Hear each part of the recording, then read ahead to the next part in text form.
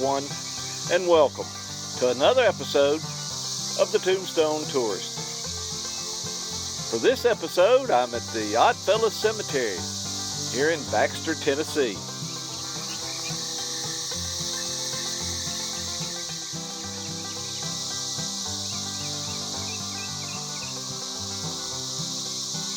This week, I'm going to be visiting the grave of a man that may make you rethink history.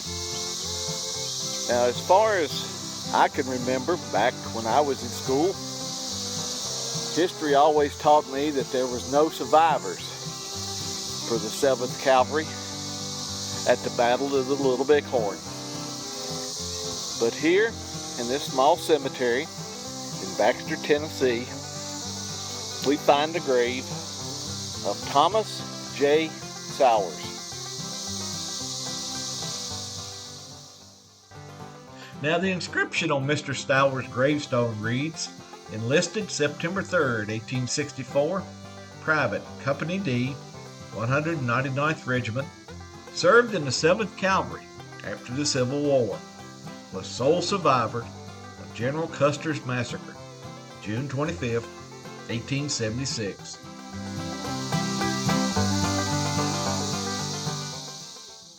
Now, how could this be true?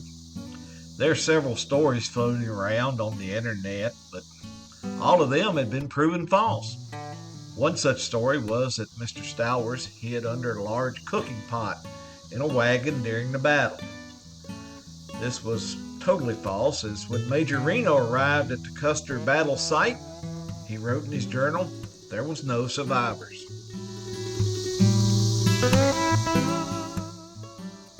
Another story was that Stowers was indeed a member of Custer's 7th Cavalry when they departed Fort Abraham Lincoln en route to the Little Bighorn.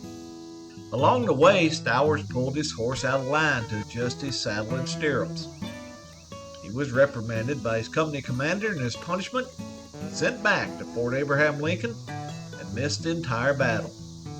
This, too, proved to be completely false.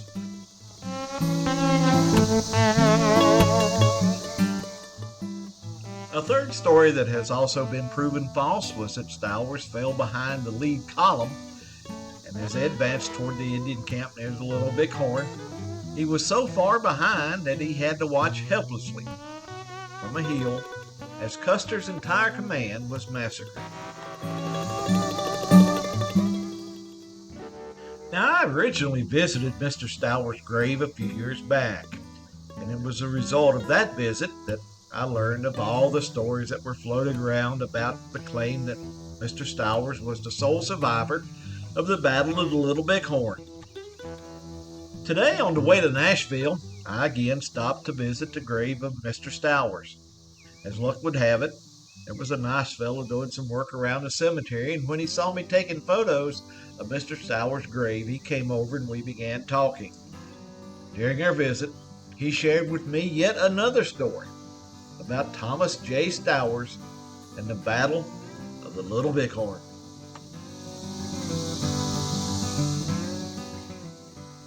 Mr. Stowers did depart Fort Abraham Lincoln with Custer's 7th Cavalry. On the morning of the battle, Custer made the fatal decision to split his command. Part of the command left with Custer, while others went with Major Marcus Reno. Stowers was in one of the units that left with Reno. While all of the soldiers who went with Custer died, over 200 men was with Reno, including Thomas J. Stowers, survived the battle. Mr. Stowers left the Army and returned to Tennessee, settling here in Baxter. In his aging years, Mr. Stowers would take great pride in the fact that he was present and survived the Battle of the Little Bighorn. But according to the gentleman that I'm talking to today, there is no documentation that Mr. Stowers himself ever claimed to be the sole survivor of the Custer Massacre. So I asked what was up with the inscription on the tombstone. Here's another story that I don't know whether I believe or not. but here's one I was told. A few years after Mr. Stowers' death, a simple military stone was placed at his grave, showing that he was a member of Company D, 199th Regiment, Tennessee Volunteers during the Civil War. It also mentions that he saw action during the Indian Wars. A few years after the military stone was placed, two local businessmen and politicians decided to place a second stone at Mr. Stowers' grave. The second stone included the part about being the sole survivor of the Custer Massacre.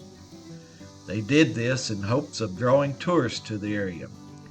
Despite knowing that this wasn't true, these two less than honest politicians completely fabricated the claim that Thomas J. Stowers was the sole survivor of the Custer Massacre at the Little Bighorn.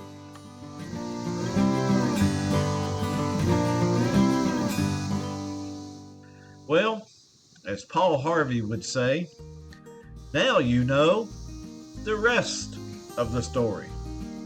But do we? Really? I don't know. I'll leave it to you to do your own research and decide what the real story of Thomas J. Stowers really is.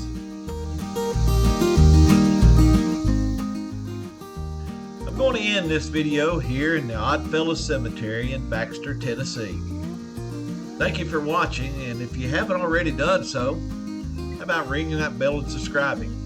It really helps my channel grow. And, as always, a thumbs up is always very much appreciated. Now, until next time, please remember, life is a wonderful journey. Be sure to take time and enjoy it. And I'll see you down the road. So long, everybody.